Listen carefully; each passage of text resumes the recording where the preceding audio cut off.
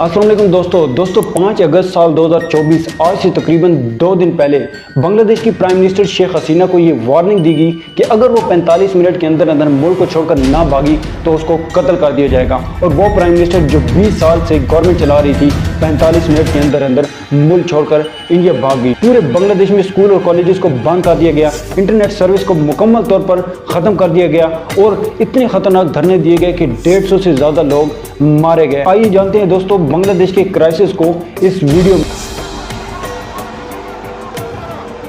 तो बांग्लादेश से इस वक्त की बहुत बड़ी खबर आ रही है सामने। शेख हसीना ने छोड़ा बांग्लादेश।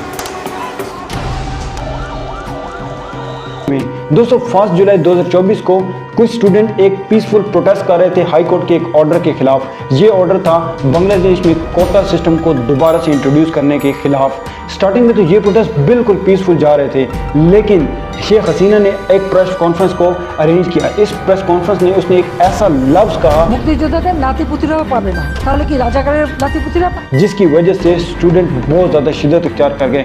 उनमें गुस्सा और ज़्यादा बढ़ने लगा, उन लोगों ने तोड़ फोड़ की और उसी वजह से शेख हसीना को मुल्क छोड़कर भागना पड़ा। लेकिन इस कोटा सिस्टम को डिटेल में समझने के लिए आपको बांग्लादेश की हिस्ट्री में जाना पड़ेगा। दोस्तों हम लोग जानते हैं कि पाकिस्तान को 1947 में आज़ादी मिली और आज़ादी के टाइम पर पाकिस्तान 2 हिस्सों में डिवाइडेड था। एक था ईस्ट पाकिस्तान और दूसरी साइड पर था वेस्ट पाकिस्तान, यानी आज का मौजूदा पाकिस्तान। और दोनों में अलग-अलग ज़बान बोली जाती थी। वेस्ट पाकिस्तान में उर्दू बोली जाती थी और ईस्ट पाकिस्तान में बांग्लादेशी ज़बान बोली जाती थी। लेकिन सिर्फ 10% लोग ऐसे थे जो बांग्लादेश में भी उर्दू बोलते थे। और पाकिस्तान की हुकूमत ने यह फैसला किया कि बांग्लादेश में भी उर्दू ज़बान को नेशनल लैंग्वेज बनाया जाएगा। और इसकी वजह से बंगाली लोगों के अंदर पाकिस्तानियों के खिलाफ नफरत बढ़ने लगी। और उस टाइम के सबसे बड़े बांग्लादेश के लीडर थे शेख मुजीबुर रहमान, जो कि अवामी लीग के सरबराह थे। उन्होंने बांग्लादेश के लोगों को कहा कि तुम लोगों का हक छीना जा रहा है, तुम लोगों से तुम्हारी ज़ुबान छीनी जा रही है और इसके पैसे भी तुम लोगों को नहीं दिए जा रहे। इसकी वजह से बांग्लादेश के लोगों में गुस्सा और ज़्यादा बढ़ने लगा। और फिर 200 साल आता है 1970 और 1970 में 2 चीज़ें हुई। एक भोला साइक्लोन आया। ये एक ख़तरनाक साइक्लोन था जिसमें 3 से 5 लाख बांग्लादेशी लोग मारे गए। और इस साइक्लोन में इंडिया के लोगों ने उनकी बहुत ज़्यादा मदद की, लेकिन पाकिस्तानी ने उनकी इतनी मदद नहीं की, जिसकी वजह से बांग्लादेश के लोगों के अंदर जो चिंगारी जाली थी वो और ज़्यादा शिद्दत इख्तियार करने लगी। और फिर इसके ठीक 1 महीने बाद पाकिस्तान में पहली मरतबा जनरल इलेक्शंस को कंडक्ट कराया गया। इस जनरल इलेक्शन में तकरीबन 2 पार्टियां थी। वेस्ट पाकिस्तान में पाकिस्तान पीपल्स पार्टी, जिसको जुल्फ़िकार अली भुट्टो चला रहे थे, और ईस्ट पाकिस्तान में अवामी, जिसको शेख मुजीबुर रहमान चला रहे थे। और शेख मुजीबुर रहमान उस टाइम के बहुत बड़े बांग्लादेश के लीडर थे। नेशनल असम्बली में 162 सीटें बांग्लादेश की थी, यानी ईस्ट पाकिस्तान की थी, और 138 सीटें वेस्ट पाकिस्तान की थी। जैसे ही इन इलेक्शन का रिजल्ट आया तो पाकिस्तानी पॉलिटिशियन और जुल्फ़िकार अली भुट्टो शॉक्ड हो गए। 162 में से 160 सीटें शेख मुजीबुर रहमान जीते और 138 में से सिर्फ 81 सीटें जुल्फ़िकार अली भुट्टो जीते। इसका फैसला क्या होना था, इसका नतीजा क्या निकलना था कि नेशनल असम्बली में पहली मरतबा हुकूमत शेख मुजीबुर रहमान की बननी थी। नेशनल असम्बली में पहली मरतबा हुकूमत शेख मुजीबुर रहमान की बननी थी और शेख मुजीबुर रहमान ने पाकिस्तान की ईस्ट और वेस्ट दोनों पाकिस्तानियों की गवर्नमेंट को चलाना था। लेकिन पाकिस्तानियों ने ये मानने से साफ साफ इनकार कर दिया। पाकिस्तानी कुछ पॉलिटिशियन और पाकिस्तानी मिलिट्री ने, जनरल याह्या खान ने यह मानने से साफ साफ इनकार कर दिया, जिसकी वजह से 7 अगस्त 1971 में शेख मुजीबुर रहमान ने एक स्पीच की।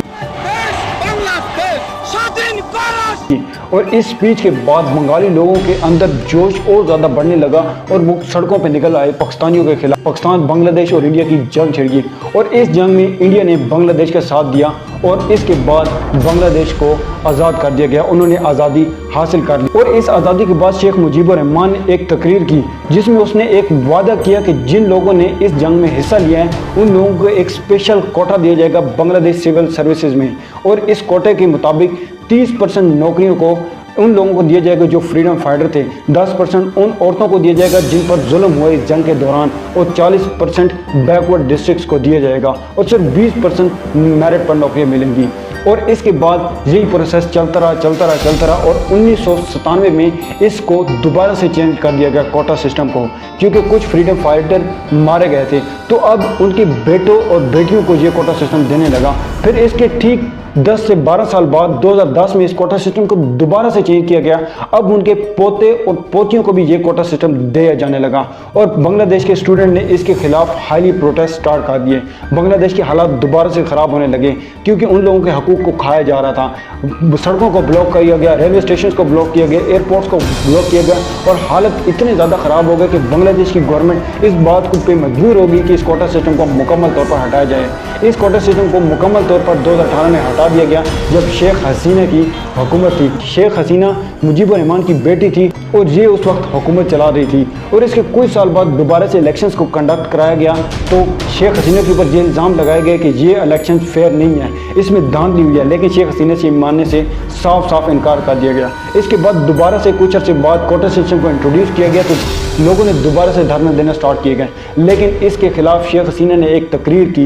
इस तकरीर में उन्होंने एक ऐसा लफ्ज़ बोला जिसकी वजह से लोगों का जोश इतनी ज़्यादा शिद्दत अख्तियार कर गया कि पूरे मुल्क के हालात इतने ज़्यादा ख़राब हो गए कि पूरे मुल्क में इमरजेंसी लग गई, लोगों को मारा जाने लगा, 500 से ज़्यादा लोगों को कत्ल कर दिया गया। शेख हसीना ने अपने बयान में कहा कि अगर ये कोटा सिस्टम फ्रीडम फाइटर्स को नहीं दिया जाएगा तो क्या ये रफ़ाकार को दिया जाएगा। दोस्तों, रफ़ाकार का ये लफ्ज़ उस स्टूडेंट को इतना सख्त कि बाद उन्होंने अपनी जान की परवाह नहीं की। दोस्तों, इस रफ़ाकार लफ्ज़ का मतलब क्या है? दोस्तों, बांग्लादेश में रफ़ाकार एक गद्दार को कहा जाता है। रफ़ाकार वो लोग थे जिन लोगों ने 1971 की जंग में पाकिस्तान का साथ दिया था और ये लोग उनको गद्दार कर कर बुलाने लगे। तो इन स्टूडेंट को ये कभी भी मंजूर नहीं था कि इन लोगों को रफ़ाकार कहा जाए। ये मामला इतनी ज़्यादा शिद्दत इख्तियार कर गया कि लोगों ने शेख हसीना के घर के ऊपर अटैक करना स्टार्ट कर दिया गया।